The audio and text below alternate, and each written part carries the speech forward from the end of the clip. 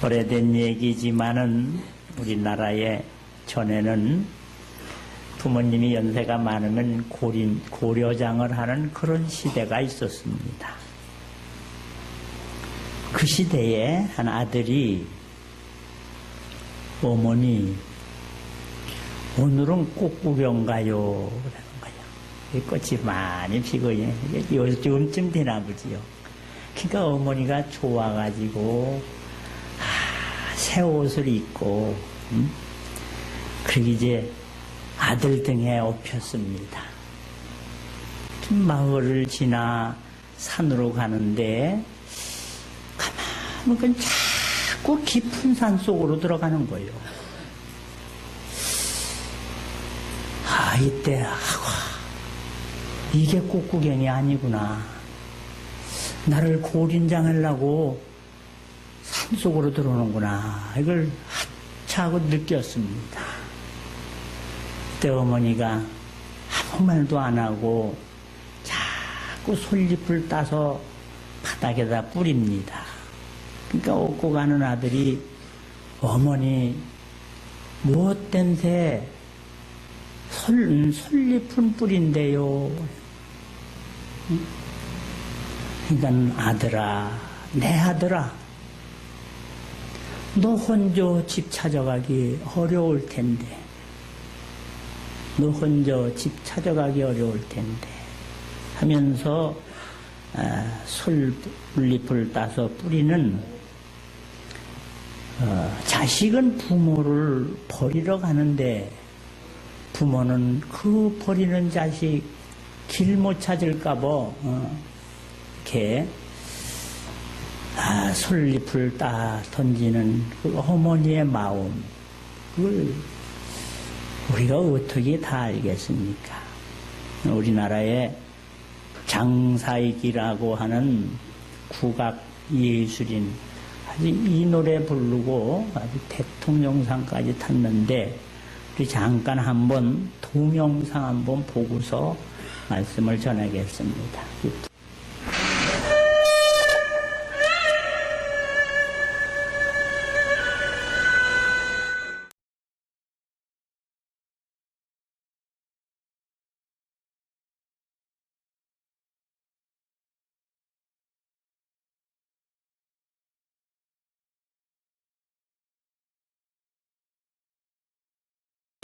오늘은 어머니 주일로다가 교회에서 이렇게 예배를 드립니다.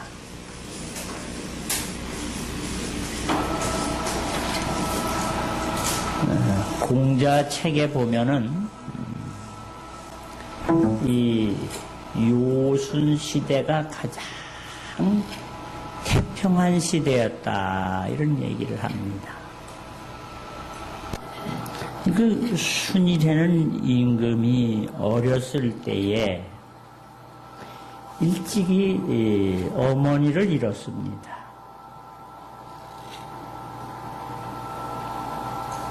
그래서 이제 아버지가 새장개를 들러 계모 밑에서 큽니다.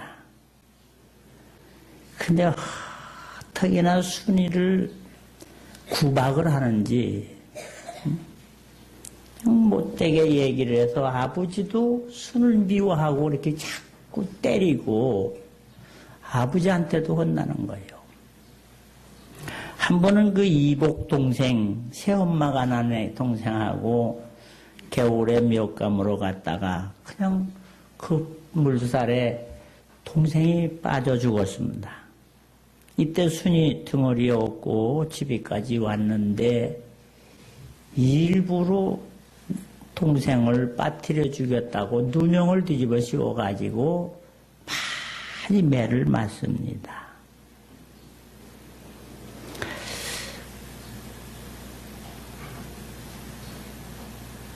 그래도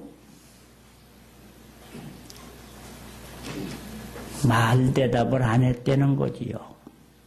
하루는 아무도 없는 날 빈 우물에 계모가 비녀를 빠뜨려 놓고서 순 떨어, 야, 이것 좀 들어가서 꺼내와라 이렇게 시켰어요.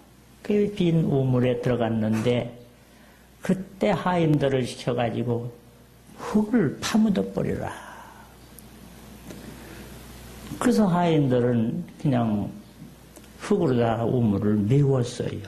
근데 마침 그 우물 밑에 여우굴이 있어가지고 여우굴을 따라서 나와서 안 죽었습니다.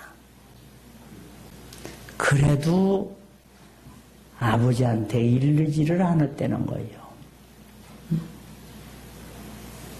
한 번은 또 아무도 없는 날 헛간에 다락방에 가서 뭐를 찾아가지고 내려와라 시키더라는 거예요.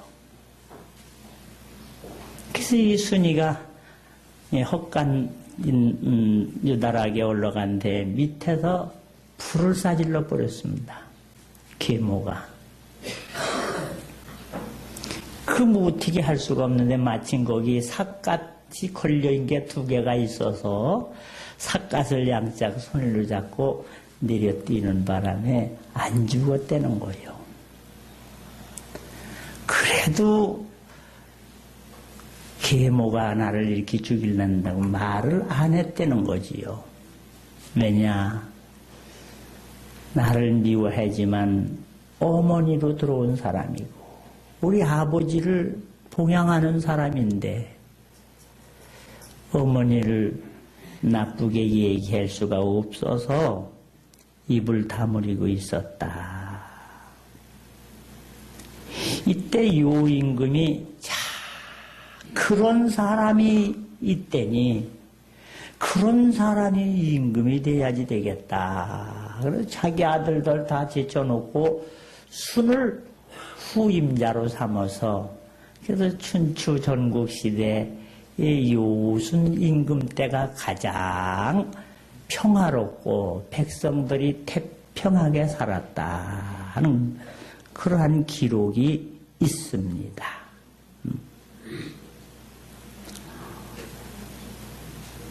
오늘 우리는 말로만 어머니 주일 그저 꽃 하나 달아준 걸로 다 한 것처럼 생각하고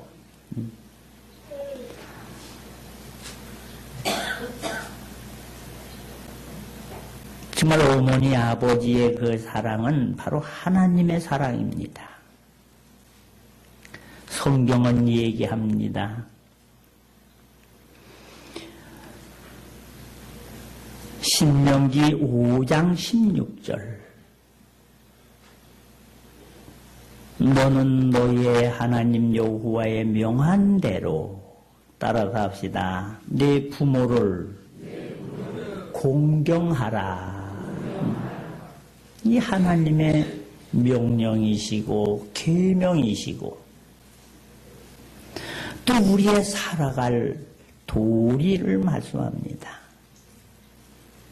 이것이 약속 있는 첫 번째 계명이다 하는 거예요. 무슨 약속? 축복의 약속이 있는 첫 번째 계명이다. 그리하면 너희 하나님 여호와가 그렇게만 하면 하나님 여호와가 내게 준 땅에서 네가 생명이 길고 따라서 합시다. 복을 누리리라. 복을 누린다는 거예요. 이것은 어떤 선지자나 예언자의 말이 아니라 하나님의 말씀이에요. 이 성경이 두꺼워서 교인들이 이걸 잘 안 읽는 걸로 하나님도 아시는 것 같아요. 그래서 이 성경을 요약해 놓은 말씀, 못 다 읽었거든 이거라도 읽어라 하고서 요약해 놓은 말씀이 십계명입니다. 십계명을 풀어서 설명을 하면 성경책이 되고 이걸 요약을 하면 십계명인데 이게 보면 하라 하지 말라 하는데 하지 마라 하는 게 8가지가 있는데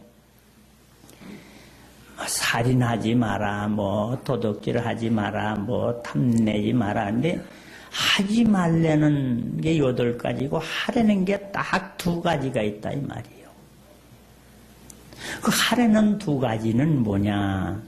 첫째는 네 부모를 공경하라 하는 거예요. 그래서 이 부모 공경이 성경의 가장 기초가 됩니다. 이 가장 기본이 되는 거예요.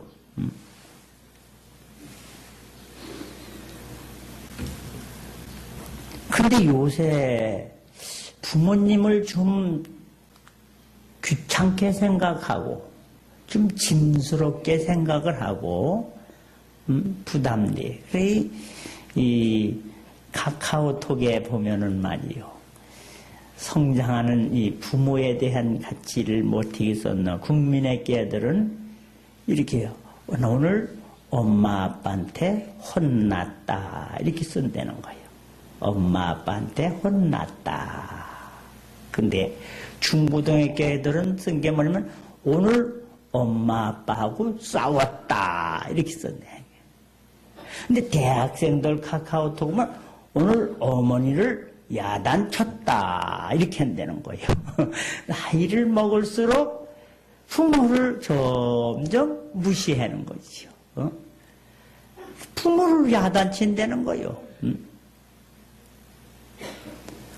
그래서 대학교 졸업 맡은 직장인들은 부모를 죽였다. 갈수록 불효가 됩니다. 갈수록. 여러분들은 뭐든지 갈수록 뭐든지 더 좋아져야지 되는데 부모님에 대한 태도가 어떠냐 이 말이에요. 갈수록 부모를 더 무시하고 귀찮게 생각하고 이러지는 않는가. 시경에 보면 아버지는 나를 낳으시고 어머니는 나를 기르셨도다. 부모님은 나를 낳으시고 기르시기에 얼마나 수고가 많으셨으랴. 내가 부모님의 은혜를 갖고자 하나 그 은혜가 너무 깊고 하늘보다도 높아서 다 할 길이 없구나. 부모의 은혜를 다 보답하지 못해서 슬프고 슬프도다. 이렇게 기록이 되어 있습니다. 출애굽기 21장 15절 자기 아버지나 어머니를 치는 자는 다 하나님이 버리신다는 거예요. 출애굽기 21장 17절 그 아버지나 어머니를 저주하는 자는 반드시 죽일지니라. 구약시 성경에 보면은 교회 장로님들을 뽑는데 장로님들이 하는 일 중에 하나가 뭐냐? 부모한테 불효하고 부모의 마음을 아프게 하는 사람을 벌을 주고 때리는 직분이 장로님의 직분 중에 하나인 것을 알 수가 있습니다.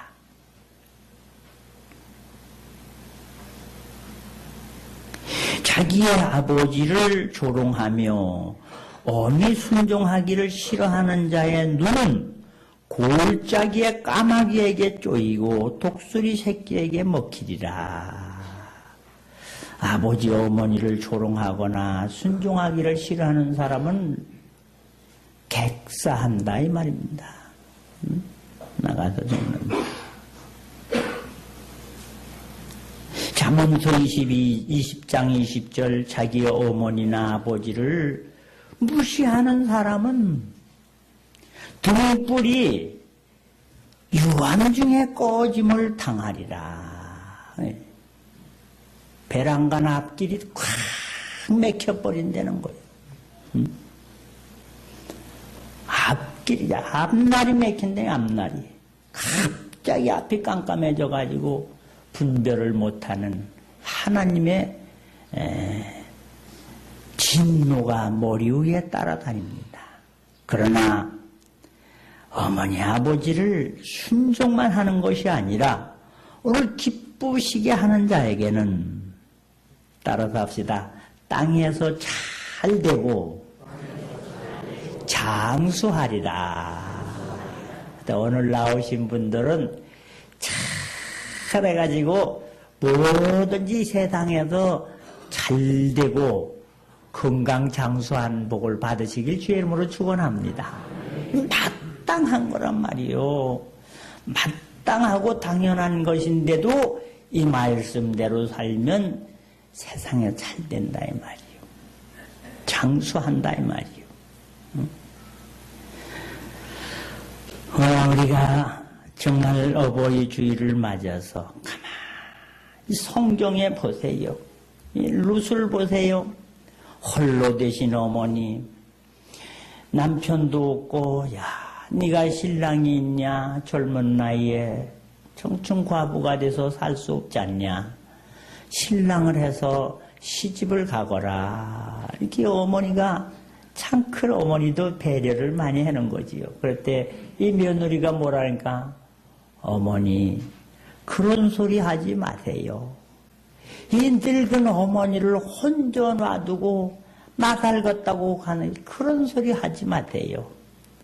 어머니 가는 곳에 나도 가고 어머니 머무르는 곳에 나도 머무르겠습니다 하면서 그 어머니를 버릴 수가 없어서 그 어머니를 따라가. 나중에는 어떻게 돼요? 그 시어머니가 중신을 해가지고 장가를 들. 그럴 때 어떻게 하겠어요? 그래서 왕의 할머니가 된 존귀한 사람이 되는 것을 성경은 말하고 있습니다. 아브라함의 아들 이삭을 보세요. 참, 한 번은 산에 제사를 드리러 가는데 횃불도 있고 칼도 있고 장작도 다 있는데 양이 없더라 이 말이요. 그러니까 아들이 묻습니다. 아버지, 다 있는데 재물이 없네요.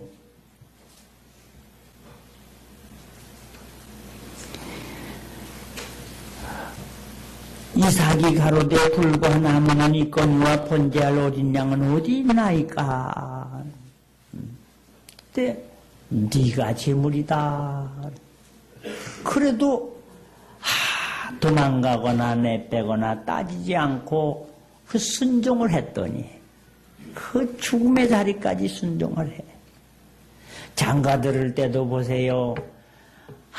모순꾼을 시켜가 그 집이 모순꾼 중에 제일 늙은 하인을 시켜가지고 우리 아들 장계를 드려야 되겠는데 색시감 좀 골라오시오 그럽니다.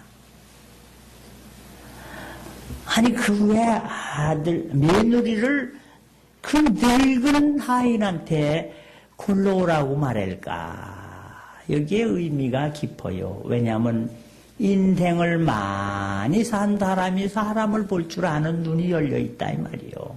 경험이 많고 그냥 아주 나이 늙은 노인에게 며느리감을 좀 골라와라 하는 거예요. 이때 이 하인이 우리 주인집 아들 장계를 드리는 걸 충신을 낫도록 해라 그랬는데 하나님 순적하게 좋은 사람 만나게 하옵소서 하고 기도하라. 가다가 목은 마르고 팔은 아프고 그래서 마침 우물가에 처녀들이 양떼에 물을 먹이는 걸 보고 거기 가서 아가씨들 내가 이렇게 목이 마르니 물 좀 주시게나 했더니 어떤 여자가 젊은 처녀가 물을 뚝 떠서 이 늙은 노인에게 대접을 하는 거예요. 그 이제 물을 먹다가 보니까 이 젊은 색시가 물을 또 뜨더라 이 말이요. 또 뜨더니 타고 나기까지 물을 먹이더라 이거예요. 하하, 이만하면 됐다. 사람만 귀하게 여기는 게 아니라 짐승도 귀하게 여기는구나. 이런 사람이라면 뭐 볼 거 없다. 그래서 아가씨 집이 어딘가? 예, 저 안마을입니다. 가세. 가가지고 그 집이 딸이 여럿이 있는데도 누구를 골랐어요?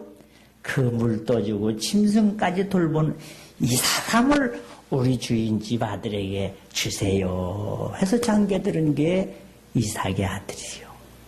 그렇죠. 아버지 낯이 붙지 모르는데 어떻게 시집을 가? 대답 말 대꾸 안 합니다. 이삭도 보세요. 아버지 해필이면 모순꾼한테 그래 그 말이라고 됩니까? 내가 골릴랍니다. 그런 말 없습니다. 부모님 말씀에 예 하고 하면 했더니 하나님께서 정말로 그 효도하는 아들 가정 농사를 지면 100배로 열매를 맺고 샘만 파면 물이 나오고 오늘 시간이 너무 많이 돼서 마치겠습니다. 기도합니다.